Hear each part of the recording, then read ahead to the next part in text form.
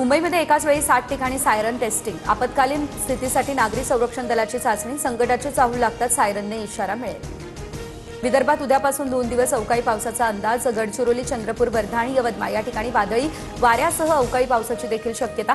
हवामान खात्याकडून सतर्कतेचा इशारा।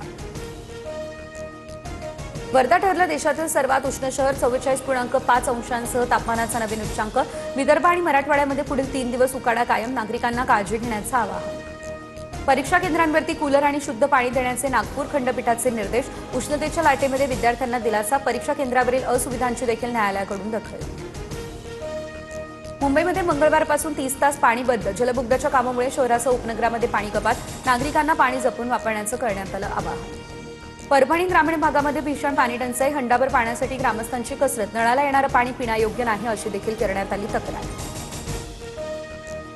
दिल्लीतील विवेक विहारमधील इमारतीला भीषण आग। 9 जणांचा होरपळून मृत्यू झाला। अग्निशमन दलाकडून रेस्क्यू ऑपरेशन। 14 जखमींना सुखरूप बाहेर काढलं। शॉर्ट सर्किटमुळे आग लागल्याचाही अंदाज। पश्चिम बंगाल आणि तमिळनाडूसह 5 राज्यांच्या विधानसभेचा उद्या निकाल। बंगालमध्ये ममता दीदी की भाजपचा उदय। TV9 वर पहा सुपरफास्ट कव्हरेज।